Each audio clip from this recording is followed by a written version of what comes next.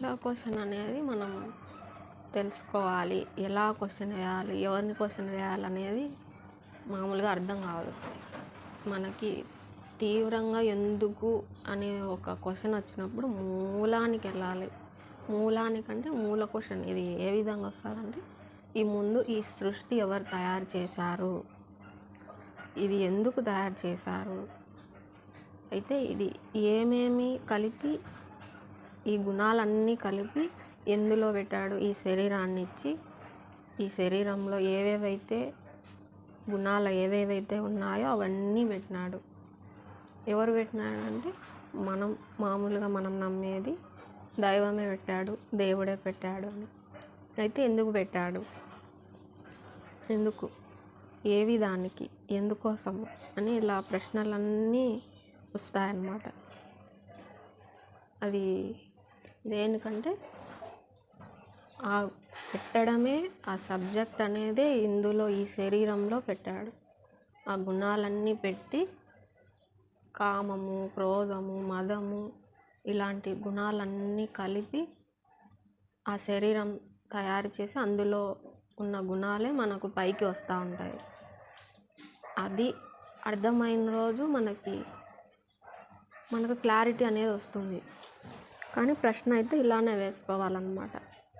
ముందు ఎవరు ఇలా సృష్టించమన్నారు, ఈ శరీరాన్ని ఎవరు ఇవ్వమన్నారు, ఈ గుణాలు అనేది ఎవరు ఇవ్వమన్నారు, ఎందుకు ఇలా మనల్ని ఇంత బాధలు పెట్టి, ఎందుకు మనల్ని ఇందులోకి పెట్టి మనల్ని ఇలా హింసించమని ఎవరు చెప్పినారు అనేది మనం క్వశ్చన్ వస్తారనమాట.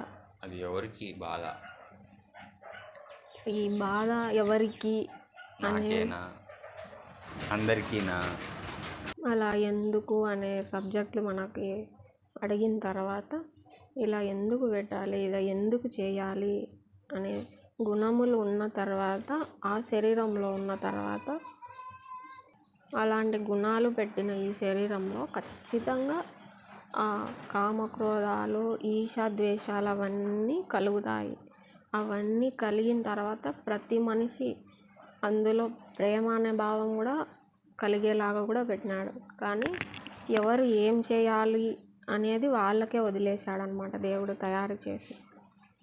మన చేతులతో ఏమైనా చేసుకోవచ్చు అనమాట. అది మంచి కావచ్చు, చెడు కావచ్చు. ఇక్కడ మనం ఒక 100 మందికి వంట చేసే విధానాన్ని ఏర్పాటు చేసినప్పుడు ఒక్కొక్కరికి కూరగాయలు అప్పచెప్పి వదిలిపెడితే ఎవరికి కావాల్సిన విధంగా వాళ్ళు వంట చేసుకుంటే ఒకరు రుచిగా చేయొచ్చు, ఒకరు పాడు చేసుకోవచ్చు, ఒకరు అద్భుతంగా చేసుకోవచ్చు, ఒకరు 100 రోజులు గుర్తుండిపోయేలా వంట చేసుకోవచ్చు. అలాంటిదే మనకి శరీరంలో గుణాలు అనేది దేవుడు అమర్చాడనమాట. కానీ ప్రతి ఒక్కరికి ఆ స్వేచ్ఛ, ఈ భూమిపైన ఆ స్వేచ్ఛ అనేది ఆ దేవుడు అనేది ఇచ్చాడనమాట. అలా ఇవ్వడంతో స్వేచ్ఛనైతే ఇచ్చాను, మీ ఇష్టం, దానికి ఒక అడ్డుకట్ట అనేది ఉండాలి కదా. స్వేచ్ఛని ఇచ్చినంత మాత్రాన మీ ఇష్టంగా వదిలేశాను అని అనడం కాదు కదా. దానికి అడ్డుకట్ట అనేది కర్మ అనేది పెట్టి ఉంటాడు. నువ్వు ఏదైనా చేసుకో, నువ్వు తప్పు చేస్తే దానికి శిక్ష అనేది డిజైన్ అయ్యి ఉందన్నమాట ఈ భూమిపైన. నన్ను ఎవరు చూడలేదే, నాకేం కాదు, నేనేం చేసినా చెల్లుతుంది అని అనుకునే వాళ్ళకి మటుకు అది ఎప్పుడు చూస్తూనే ఉంటుంది. కర్మ డిసైడ్ అయి ఉంటుంది అని చెప్పుకుంటాం కదా. అలా ఆ అడ్డుకట్ట ఆ కర్మ మాత్రమే. నీకు నచ్చింది నువ్వు చేసుకో, నేను డిజైన్ చేసి పెట్టాను అనేది ఈ భూమిపైన ఉన్న సబ్జెక్ట్ అనమాట దేవుడు. అయితే ఇలా ఎందుకు చేశాడు అని మనం మూలానికి వెళ్ళి ఆ దైవాన్ని ప్రశ్నిస్తే, ఇదొక గేమ్, ఇదొక ఆట. నచ్చితే నువ్వు ఉండు, నీకు అర్థమైపోతే నేనే నువ్వు అనే తత్వం నీకు అర్థమవుతే నువ్వు తప్పుకో. నాకు ఇంకా బోరు కొడుతుంది ఈ ఆట అనే నీకు అర్థమైపోతే నువ్వు తప్పుకో అనేదే ఈ సబ్జెక్టు. మామూలుగా మనం చిన్నప్పుడు ఆడుకునే ఆటలు నాకు ఇవి బోరు కొడతాయి, అవి బోరు కొడతాయి అని మనం ఆడం కదా పెద్ద అవుతున్న కొద్దీ. అలాంటిదే ఇది కూడా. మనలో ఆ తత్వం అనేది ఈ జ్ఞానంతో మనం విచారణ చేసే కొద్దీ మనం చెప్పుకోవాలంటే, చిన్నప్పుడు పెద్ద అవుతున్నాము, బోరు కొడుతున్నాయని తేడా తెలిసినట్టు ఈ జ్ఞానంతో మనకి పక్వత వస్తున్న కొద్దీ మనం పెద్ద అవుతున్నామని కాదు, కానీ మరింత పక్వత చెందుతున్నామని అర్థమయ్యి ఇక ఈ ఆట నచ్చక మనంతట మనమే తప్పుకుంటామన్నమాట.